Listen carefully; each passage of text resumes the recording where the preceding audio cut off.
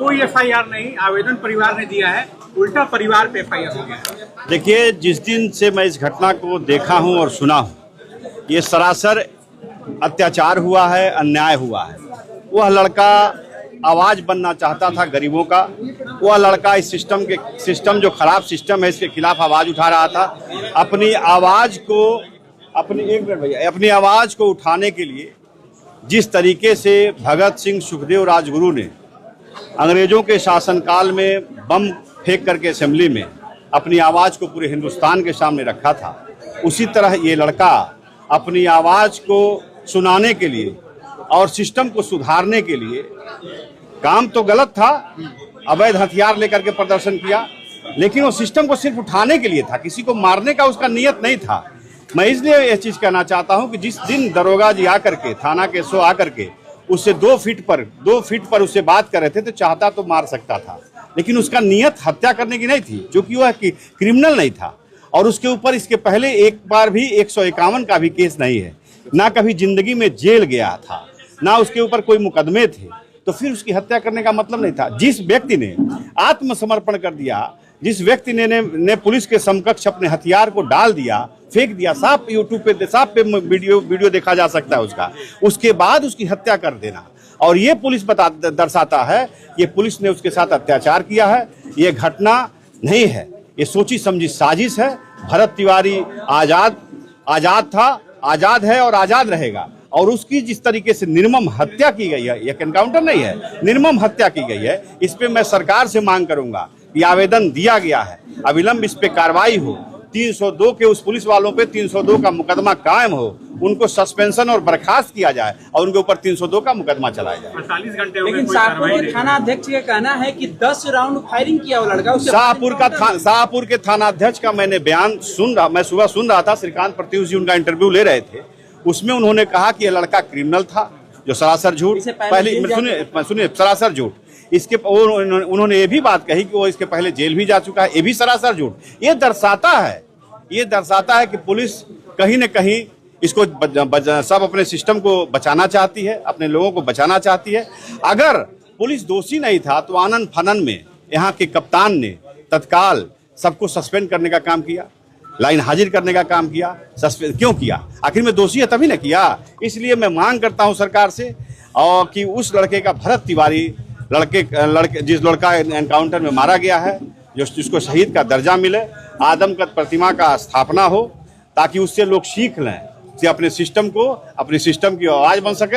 अपने सिस्टम का जिस तरीके से सिस्टम नहीं सुधरेगा, इस तरह हजारों भगत सिंह कल के दिन में ना पैदा हो, इसलिए सिस्टम को सुधारना आवश्यक है।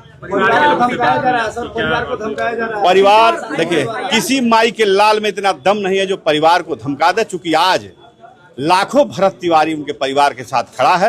यह मैं आपको आपके माध्यम से सूचना दे देना चाहता हूं। इस बवाल को ज्यादा न बढ़ाया जाए, तुरंत इस बवाल को शांति करने के लिए अविलंब पुलिस को ऊपर कार्रवाई की जाए और ये मुकदमा दर्ज की जाए। और मैं शासन से मांग करूंगा, अपनी सरकार से मांग करूंगा, यहाँ पे एक शिष्टमंडल भेज करके परिवार की बात को सुना जाए। और परिवार की बात अपने लिए कोई परिवार का मांग नहीं है, ये विस्थापित लोग जो बाढ़ में, जमनिया जो बाढ़ में दह गया है, उसकी बात ये लोग कर रहा है। ये लोग चाहता है कि मेरे बेटे की आत्मा को तभी शांति मिलेगी जो बेटा मेरा गरीबों की आवाज बन करके काम कराना चाहता था, अगर वो काम सारा धरातल पे आ जाए तो मेरे बेटे की आत्मा की शांति मिल जाएगी। यही ये परिवार चाहता है। इस परिवार को नौकरी नहीं डिमांड है, इस परिवार को आर्थिक नहीं जरूरत है, क्योंकि आर्थिक सहायता हमारे जैसे लाखों लोग इस परिवार को देने को तैयार हैं और दे करके हम लोग आगे बढ़ाने का काम करेंगे। जैसे बड़े नेता कह रहे हैं कि पुलिस के हाथ में दही थोड़ी जमा है। जीतन राम मांझी जी क्या बोले मैं तो सुना नहीं। अगर ये बात वो बोलते हैं तो वो सठिया गए हैं।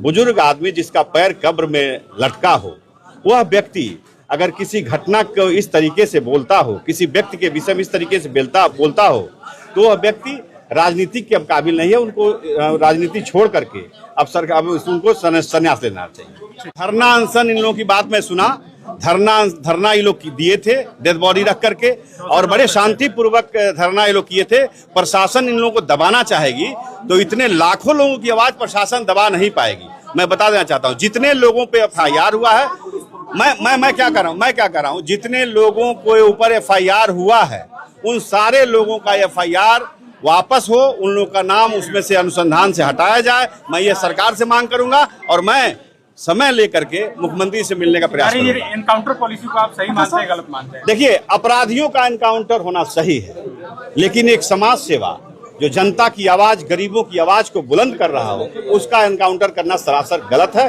उसके मैं खिलाफ हूँ, अपराधियों के खिलाफ नहीं।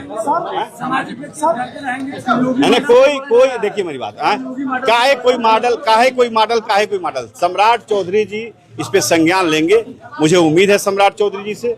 अगर सम्राट चौधरी जी इस पे निश्चित संज्ञान लेंगे और जो भी पुलिस वाले दोषी हैं उसको दंडित करने का काम करेंगे। आज मैं देखा हूं न्यूज चैनल पे चल रहा था कि सम्राट चौधरी जी ने डीजीपी को तलब किया है, मुख्य सचिव को तलब किया है, गृह सचिव को भी तलब किया है। वो भरत तिवारी के ही मैटर पे उनको तलब किया गया है। आगे देखिए क्या होता है। हम यह बड़े दावे के साथ मैं कहना चाहता हूं कि न्याय मिलेगा और भरत तिवारी की ने जो शहादत दी है उसका बलिदान कुर्बान नहीं जाएगा। यहाँ के लोगों को सबको न्याय मिलेगा और सबके साथ इंसाफ होगा।